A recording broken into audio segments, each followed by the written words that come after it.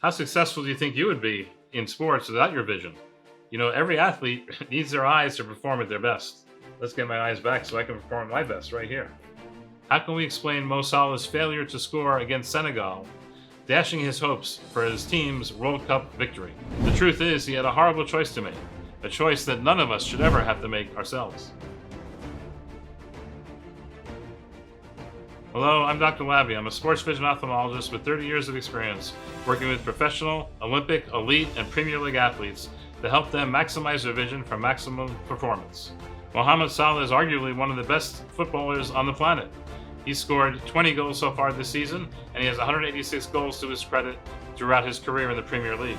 He's a strong contender for the Ballon d'Or trophy, and he's leading his home club Liverpool to the top of the table in the English Premier League. So how in the world could he have missed this penalty kick, something he's done many times before, in the game against Senegal, which was needed for his team to win, to move forward, and to play further games in the World Cup, leading to hopeful championship for Egypt. This certainly wasn't the first penalty kick that Mo Salah has made, but in fact, it could be his worst kick ever, going the farthest away from the goal than any of his kicks have done previously. Salah has many skills. Certainly he's an excellent footballer, but he also has many excellent vision skills, and these vision skills are leveraged every single game by Mo for excellent performance. He has much better than average peripheral awareness and eye-foot coordination.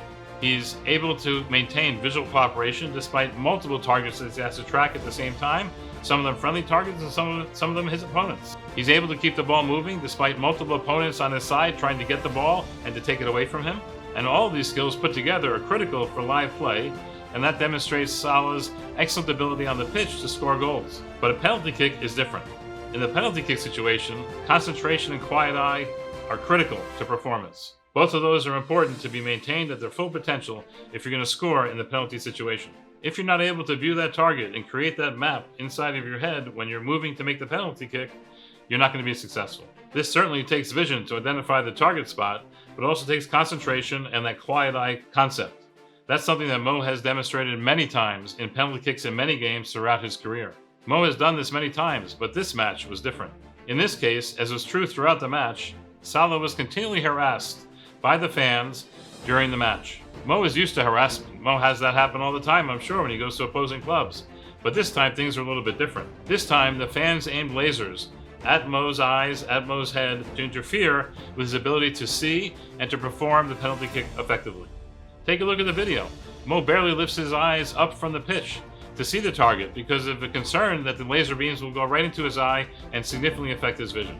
Mo can barely lift his eyes off the pitch to look at the target without having a blinding laser shine into his eyes. He keeps his head and his eyes pointed downwards towards the pitch to avoid the laser beams. Without being able to pick a target, coordinate his feet with his vision to put the ball in the right place, how do we expect him to score the goal? In fact, without the vision, most chances of scoring were essentially slim to none. Well, let's take a look at the result.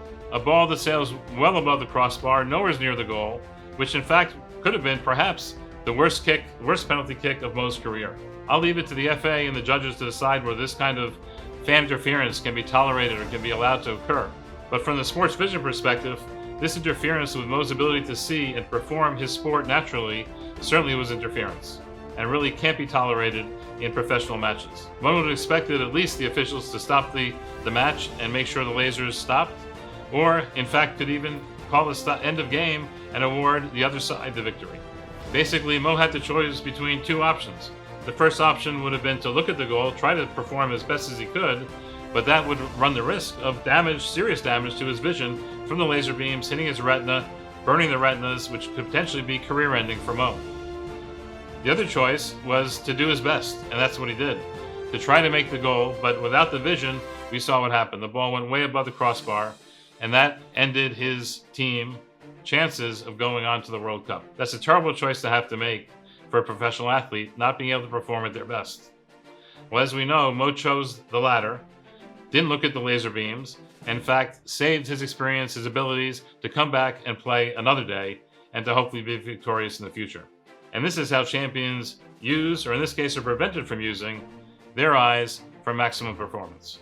Take a look at this video up here to learn more about the quiet eye if you want to learn more about how Mo Salah uses his vision and the quiet eye technique to perform at his maximum.